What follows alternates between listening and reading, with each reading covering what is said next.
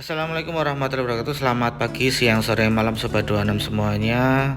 Sepertinya sudah lama saya tidak pernah mengupload video di channel YouTube saya. Kali ini saya akan mencoba untuk mereview tempat penginapan yang cukup nyaman, yang saya sangat rekomendasikan untuk Sobat 26 semua, dimana tempat ini bisa menjadi alternatif untuk kita bersantai di kala pekerjaan kita yang padat, aktivitas kita yang padat, dan tempatnya cukup asik. Artinya kita hanya perlu di situ, kalau menurut saya pribadi tidak perlu kemana-mana untuk istilahnya berwisata, karena sudah, bagi saya sih, menurut saya sudah satu paket ya, penginapan, tempat bersantai, juga tempat bermain anak, sudah lengkap, ada semua. Penginapan ini terletak di daerah Bandungan, Semarang ya. Kalau dari tempat kami sekitar 1,5 jam sampai 2 jam di kaki Gunung Ungaran di arah ke Candi Gedong Songo. Jadi tidak begitu jauh, jalan menuju ke sini juga mudah, mobil pribadi ataupun bus juga bisa masuk ke sini. Jalannya cukup mulus meskipun istilahnya di daerah yang tinggi ya, artinya banyak tanjakan, tapi saya kira masih bisa dilalui oleh mobil-mobil pribadi pada umumnya. Nah, nama hotelnya adalah Hotel King Garden Resort Bandungan. Sebenarnya hotel ini adalah tempat wisata ya sobat.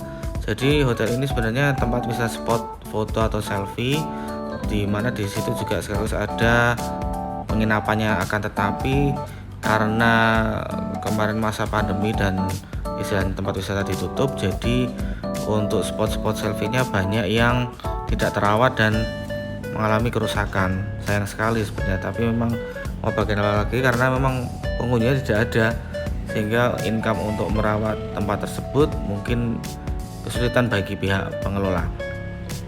Tapi itu menurut saya tidak mengurangi kenyamanan dan keindahan hotel yang kami coba untuk menginap pada saat ini.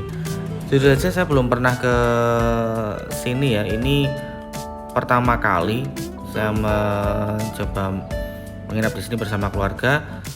Hanya modal searching di YouTube berdasarkan review di YouTube serta Instagram. Di sini cukup murah kemarin. Untuk biaya nanti akan saya terangkan di belakang ya. Lah, ini adalah bagian teras dari King Garden Resort and Hotel. Bagian terasnya cukup indah dengan bertema Jawa Joglo, dengan taman-taman dan bunga-bunga yang cukup asri. Ya jelas dengan cuaca yang juga cukup dingin tapi tidak menusuk tulang, masih bisa kita nikmati lah. Anak-anak saya saja tidak, saya tanya, tidak merasa kedinginan ketika di sini. Ini bagian terasnya, bagian depan istilahnya, bagian selamat datang yang kalau malam di sini sangat indah dengan lampu-lampu menyala serta kabut yang turun ya. Ini bagian dari belakang perbatasan untuk parkir. Nah, ini pas kemarin kita ke sana ada rombongan dengan bus ukuran sedang juga bisa parkir di sini. Untuk mobil sepertinya di sini bisa sekitar 10 sampai 15 mobil cukup sepertinya. Tempat parkirnya juga halus, tidak becek, jadi kalau hujan pun tidak masalah. Kita masuk, di depan kita itu adalah joglo, tempat untuk makan. Kalau kita makan di situ. Bagian kiri ini resepsionis, kita masuk, laporan ke sini atas nama siapa, langsung akan dilayani dengan ramah oleh petugas-petugas yang ada di sini.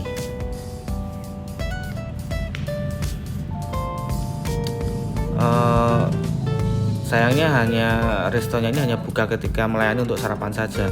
Selama masa pandemi memang resto untuk malam hari, untuk sore atau siang itu tidak dibuka ya, alias ditutup. Tapi kalau kita mau nyari makanan di daerah sini cukup mudah kok, tidak jauh, banyak yang jual makanan sekitar mungkin 1 km dari sini. Kalau kita tidak mau keluar juga bisa kita order via GoFood atau GrabFood.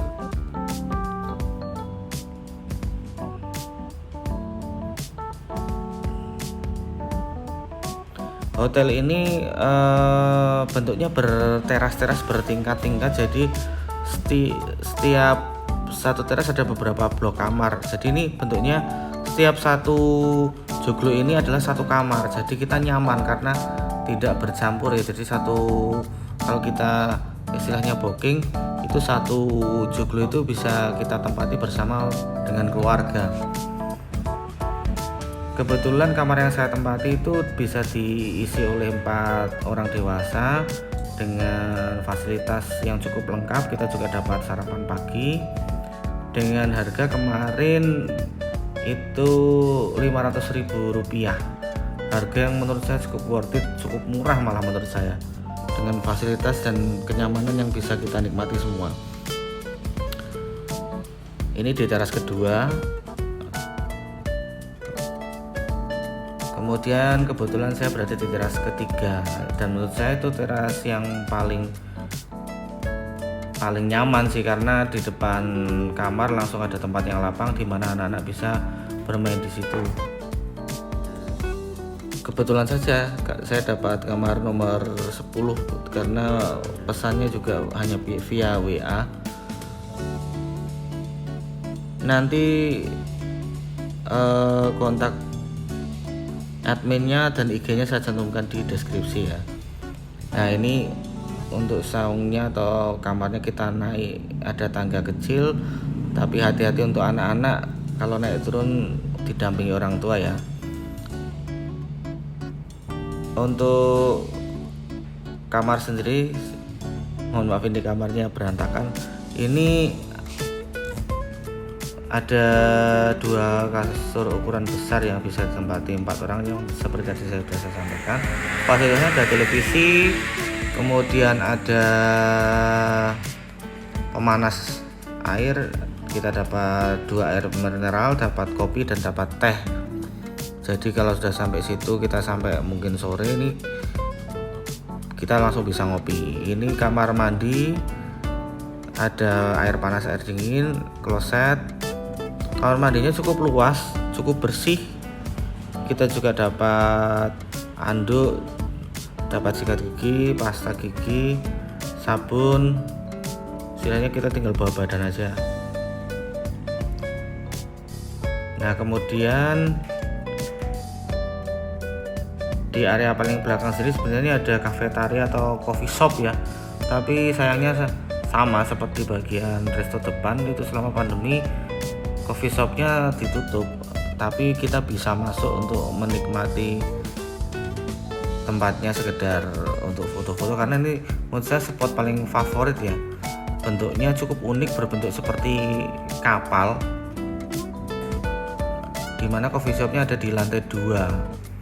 Dari atas sana apabila cuaca cerah itu kita bisa memandang area kota Semarang bagian bawah ya, dengan cukup jelas, dan menurut saya ini tempat yang paling menarik sih.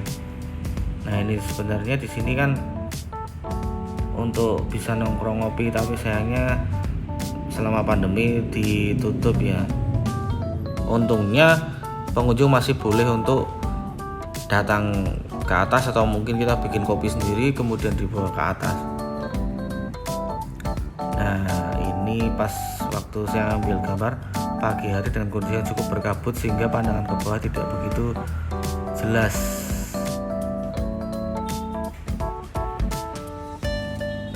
Nah, di arah depan sana itu adalah Semarang bawah, bahkan rawa pening juga kelihatan dari sini. Kemudian dari hotel ini kami nanti akan mencoba untuk jalan-jalan ke Rawapening, dimana kami belum pernah naik perahu ke sana karena istri dan saya terutama takut untuk naik perahu. Cuman nanti saya ingin mencoba mengajak anak-anak apabila situasinya memungkinkan untuk naik perahu di area Rawapening ya.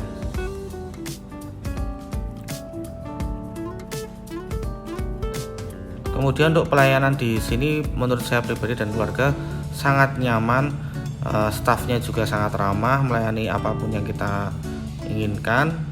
Pokoknya saya rekomendasikan untuk sobat-sobat bisa ke sini ya. Nah, ini beralih ke area Rawapening, di mana kami sekeluarga naik kapal ini via objek wisata Eling Bening ya. Eling Bening juga itu sudah banyak yang review di YouTube ya, tempat yang cukup nyaman, resto yang cukup nyaman.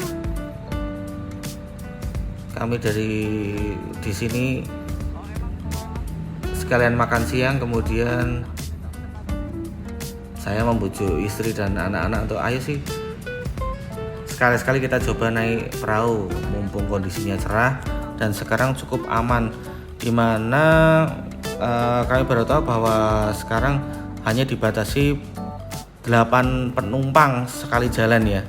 8 penumpang sekali jalan, tidak boleh lebih, dimana semua penumpang wajib menggunakan pelampung standar. Kemudian kecepatan dari kapalnya juga tidak begitu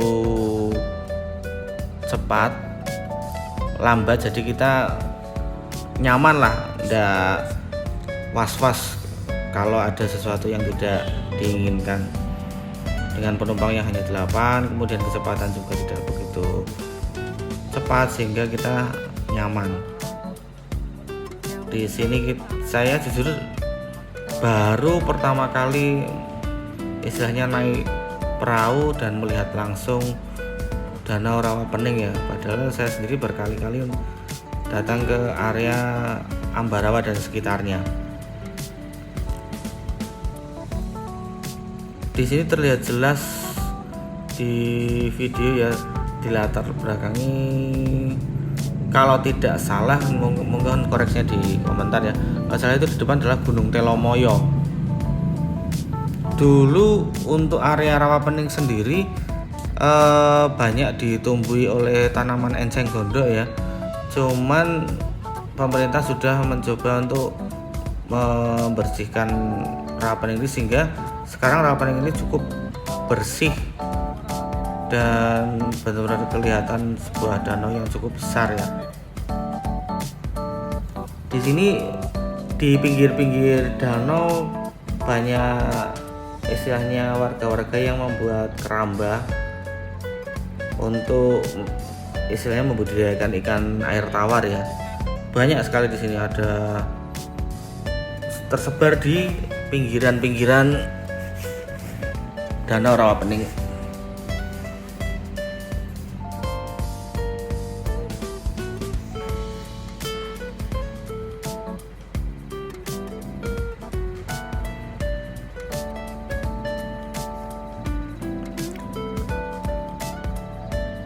Pertama kali saya naik perahu ini, saya melihat ini danaunya kok nggak kelihatan luas ya, karena sejauh memandang hanya terdiri dari keramba-keramba air tawar milik warga-warga setempat. Namun nanti ternyata di tengah-tengah dari danau ini, setelah kita melewati keramba-keramba ini, ternyata baru terlihat istilahnya view atau pemandangan Rawapening yang sesungguhnya.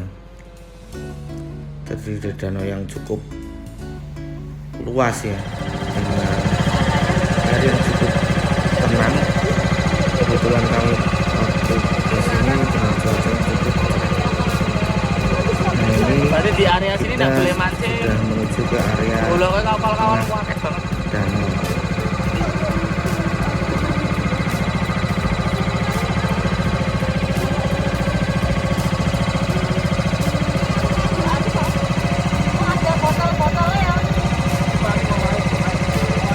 Penanda kayak ini. Dari sini kita bisa melihat beberapa objek wisata yang berada di Nek nggak daerah penanda ya Kabupaten keramba, Semarang dan apa sekitarnya jaring ya. itu. Di sini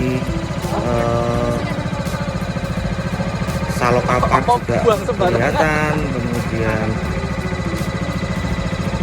ada eling bening juga kelihatan.